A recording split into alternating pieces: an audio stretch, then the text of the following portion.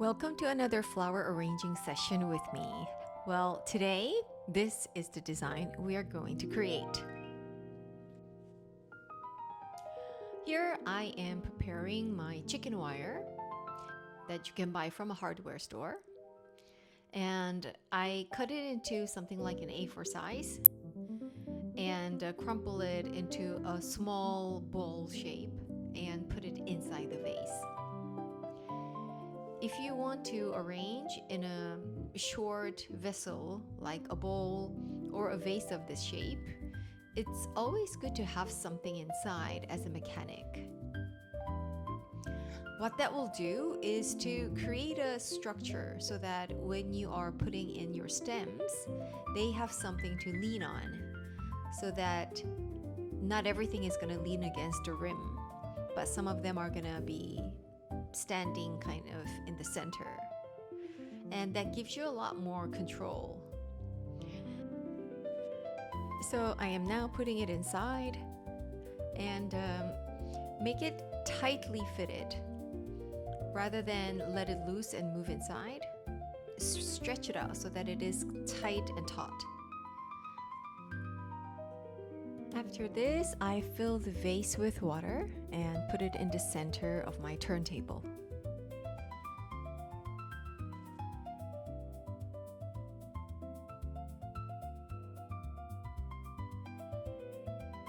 Here we go. This is some branches of eucalyptus. I grow this in my garden. It's actually right in front of my window. And you know that I always start with some greens. And here I'm just contemplating how big and small the individual piece will be. This eucalyptus plant I bought as a big potted plant, and I kept it inside the pot for a few years. But I realized that it was slowly dying, and I didn't know what was the problem. When I took it out of the pot, I saw that inside there was a big colony of ants.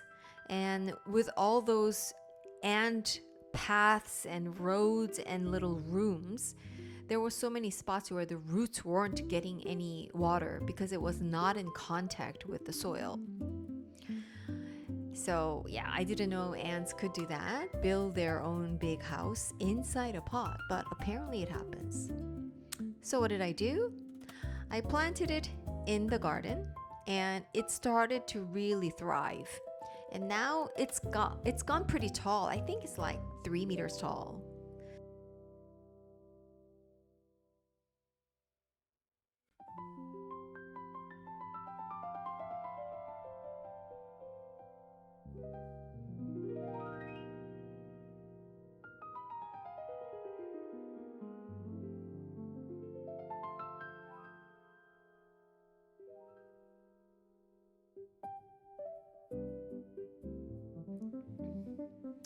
Eucalyptus branches are really popular in flower arranging.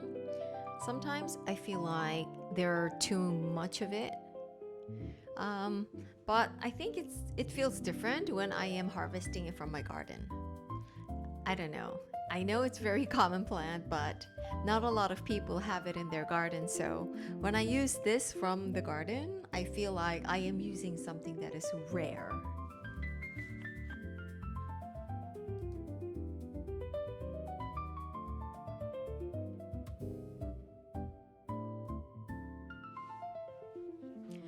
I always say during my workshop to fill the vase up with the greens pretty sufficiently.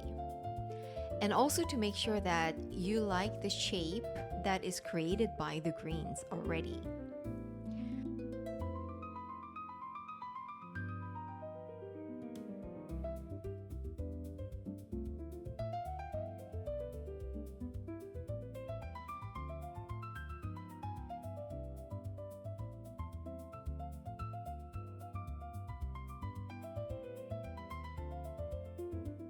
So I am checking here because I am pretty much done with greens. Very nice grayish green eucalyptus branches.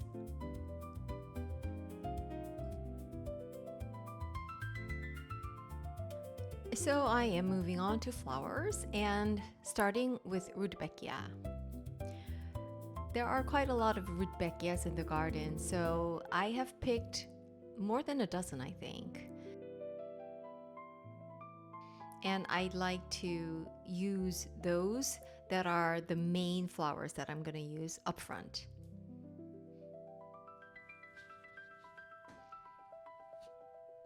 I incorporate not only the big blooms, but also those small buds. They're still green, but the shape is really nice and cute. They add a nice, delicate movement.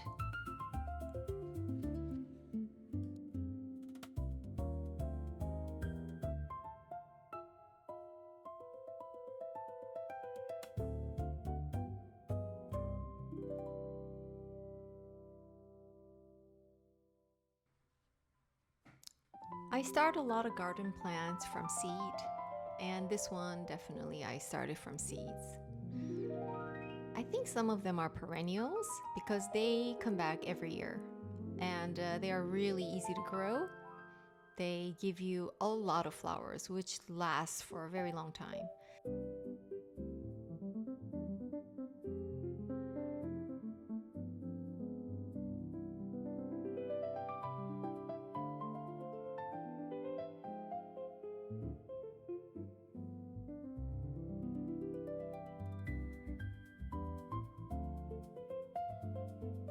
I am speeding up this video a little bit because it's quite long.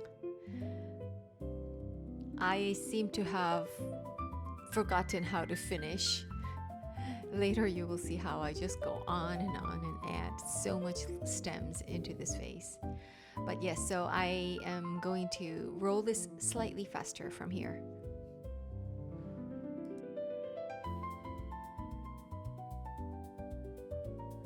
Here you see me holding a clary sage. This is the first year that I have this in the garden, and oh my god, they smell like heaven. I don't know how to call this smell. I think it's like apple mint. It's got this fruitiness, but also sweetness to it. It's very unique. Oh, but I love it. It's almost addictive. I also really like that pale lilac color flowers and the pale green it has, which goes very well with the eucalyptus.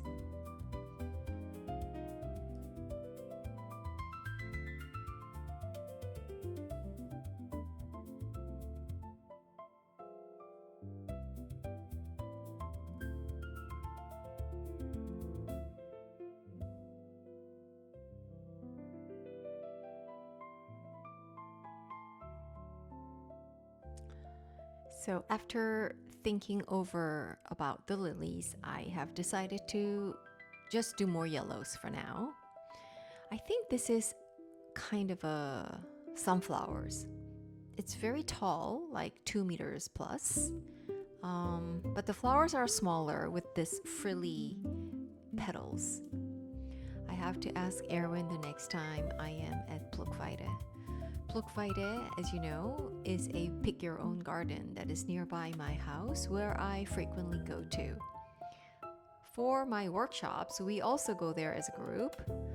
We harvest our flowers there together, bring it home, and then start to arrange with it.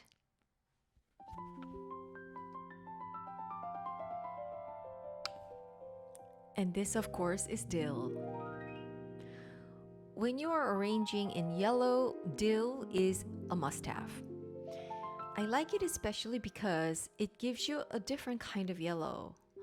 Not the fluorescent yellow, but slightly mustardy, grounded yellow, which goes really well with everything else.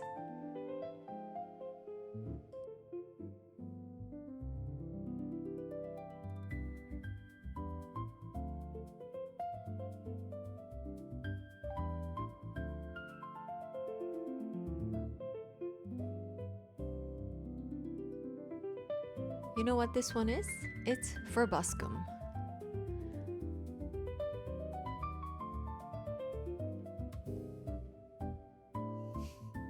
Interesting looking one, isn't it?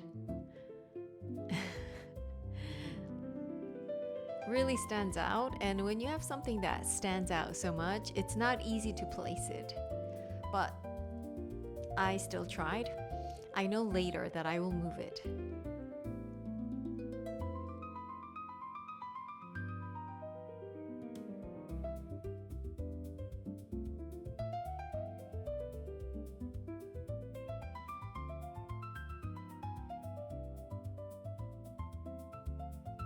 So here I am ready to add in some different colors.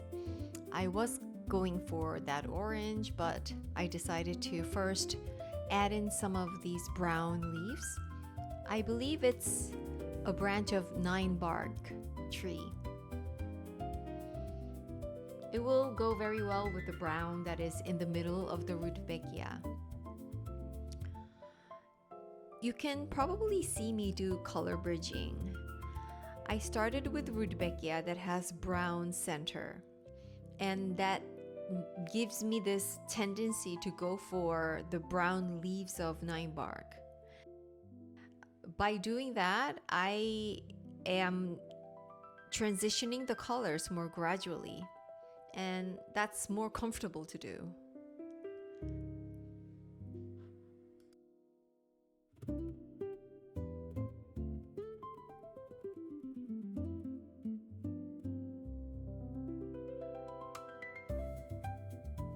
And now I am adding some orange colors. What do I have here? A dahlia, some African marigold, and some helenium as well, I believe. So that brown leaves of the 9-bark branch gave me the permission, if you will, to then start the orange, because the orange has a bit of a brown tint in it.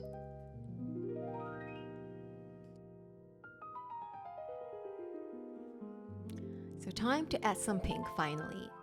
But even in this pink echinacea, you see that the middle part is this brown orange. So it connects with the previous colors. I am not just putting it in random order. There's kind of a flow and a gradual progression.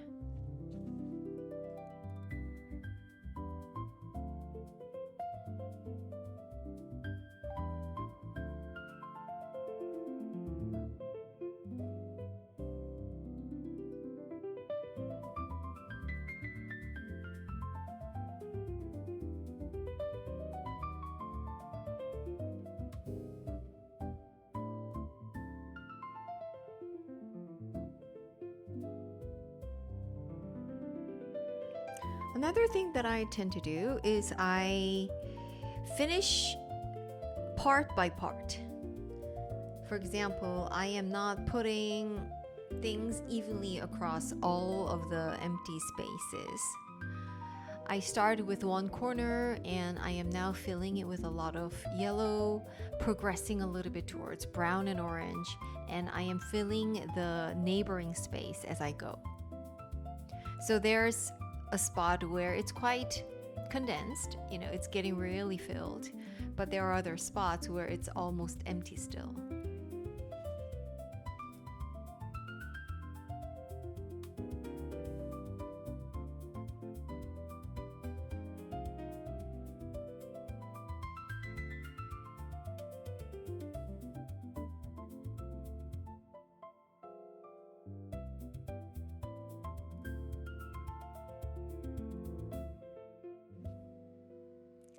Okay, so my red lily is coming into the picture. I grow this.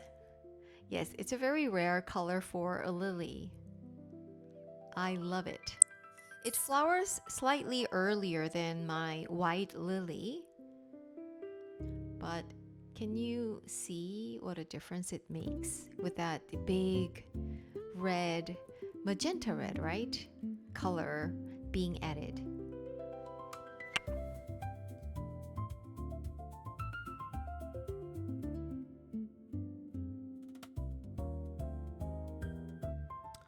And that's me adding a stem of Queen Anne's lace.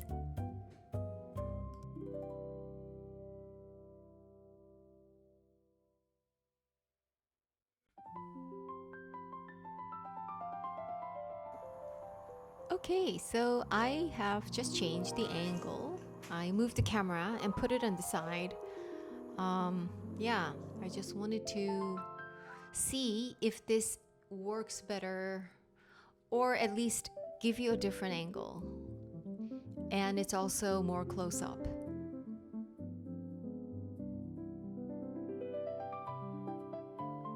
The name of this beautiful flower is Lavaterra.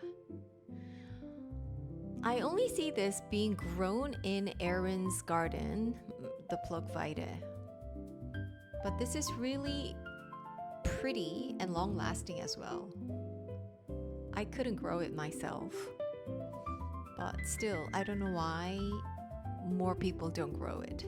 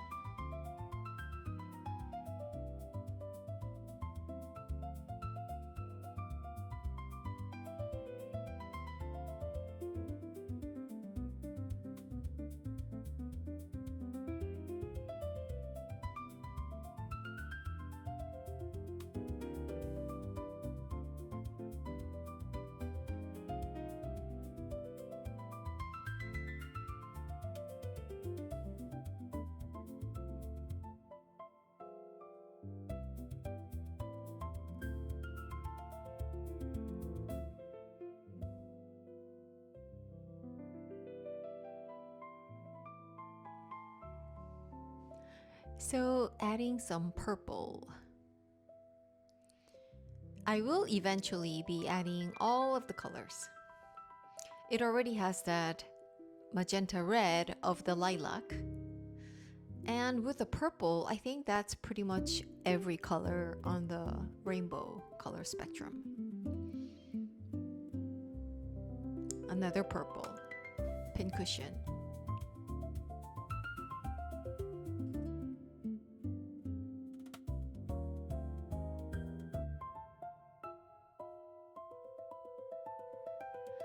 While you will see all of the colors in this arrangement, you will probably see it in progression.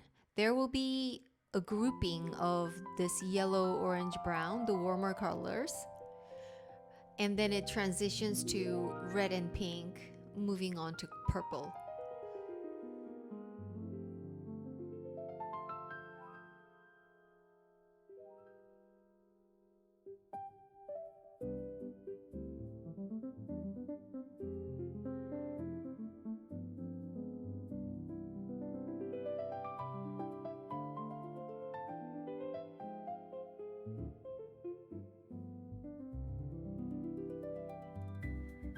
So now I am in the purple color phase, which tends to take a certain corner of this face.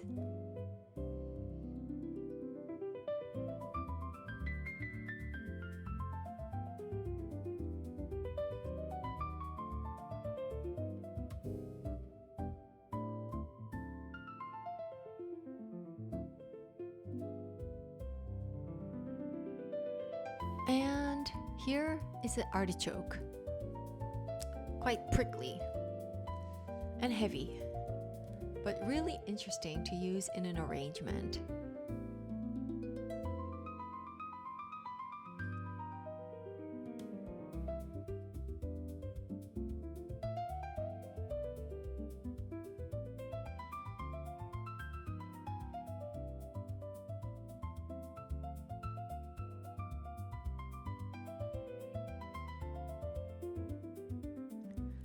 Some of the thicker stems will not easily go into the vase because of the chicken wire. In that case, you have to cut the stems in a way that you make them thinner. So you cut it slanted on the sides You make the ends sharper so that it is easier to put into the chicken wire.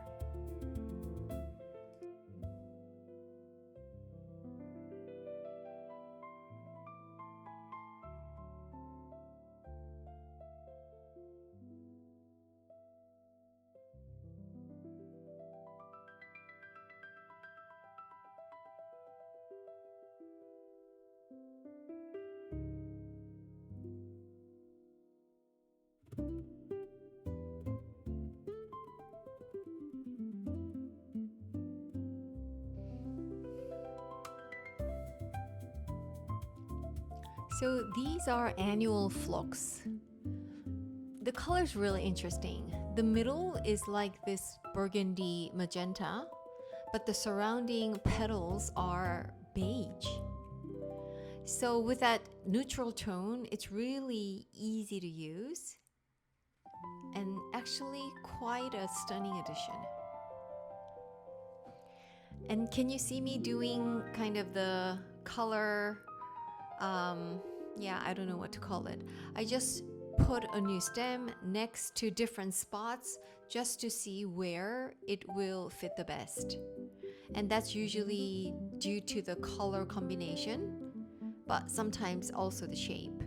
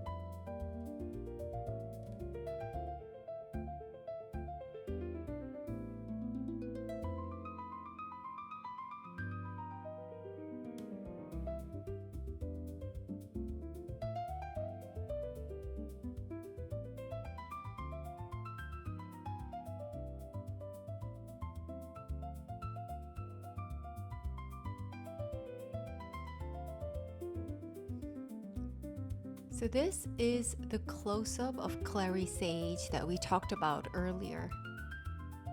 Do you see that hint of lilac purple combined with white and light green?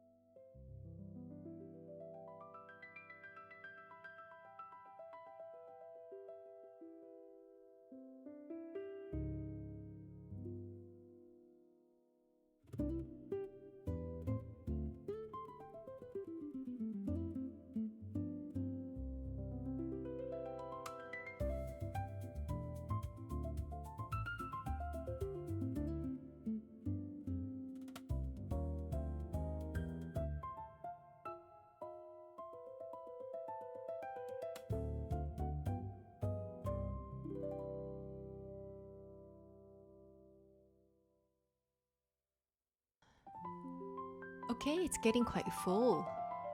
What do we think? Yes, quite colorful.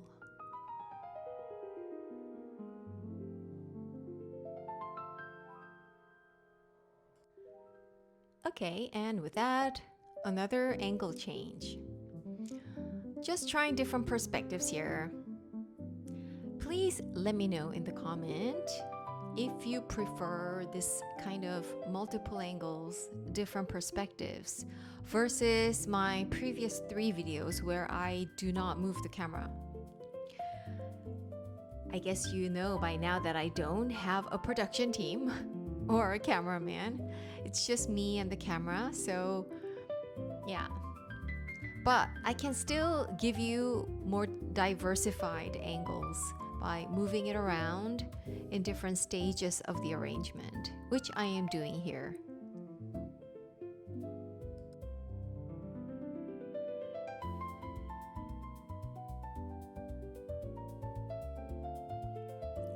Okay, back to where we were, and you can see this from a bit of a distance, how it is coming along.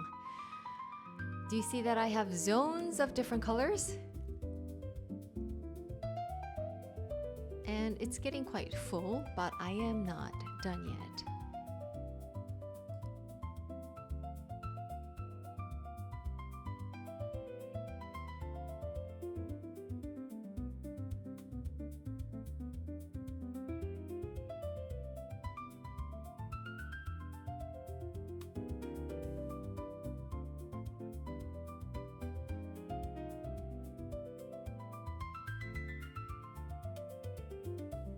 I am trying to remember on what occasion I was creating this.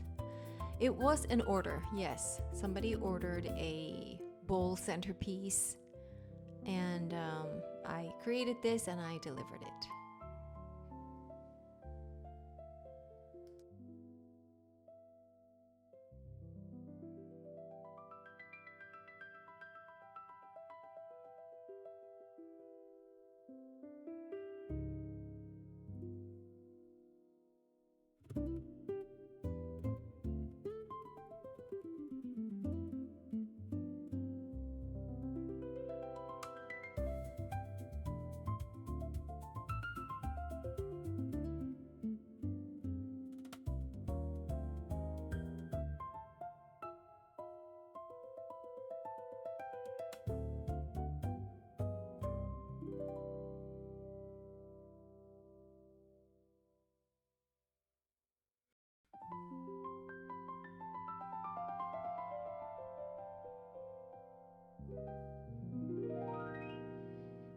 You know what's good about having such groupings of colors is that as you look at this from a different angle, they look like a very different arrangement.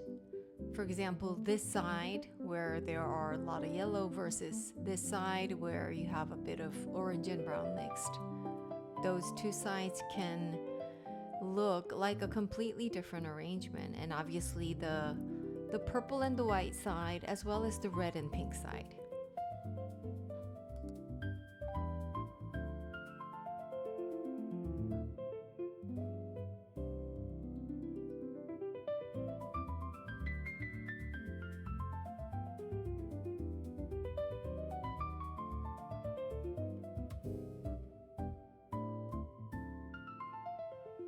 I am really adding the finishing touches here.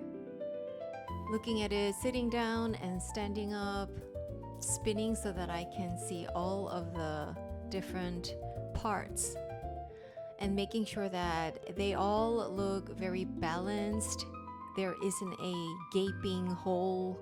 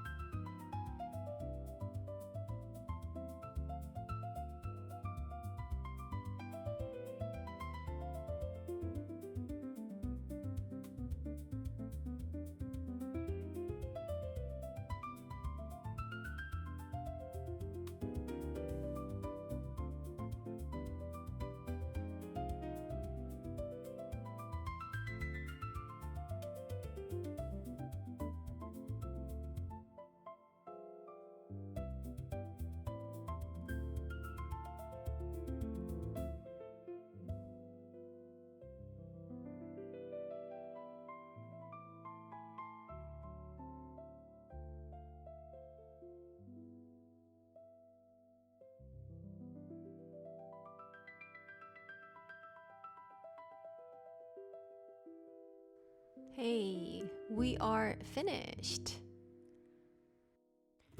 I'm gonna give it a last spin in the studio. It's also me just doing the final check.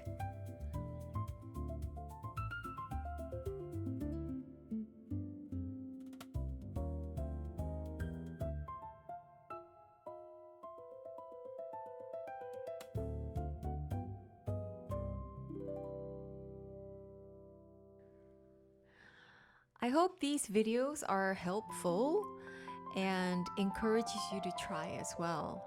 Flower arranging is an amazing hobby.